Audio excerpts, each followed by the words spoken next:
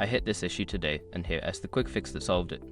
Updating your address on Spectrum Mobile is straightforward, and I'll walk you through it step by step. Step 1. Log into your account.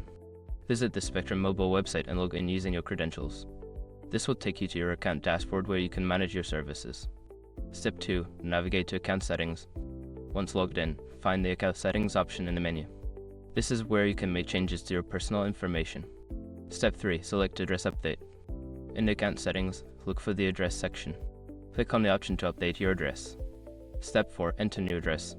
Fill in your new address details in the provided fields.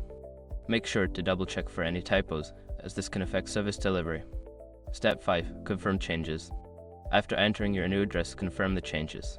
You may receive a confirmation email or notification once the update is successful. Remember, if you encounter any issues, checking the help section can provide additional guidance. Good luck with your update.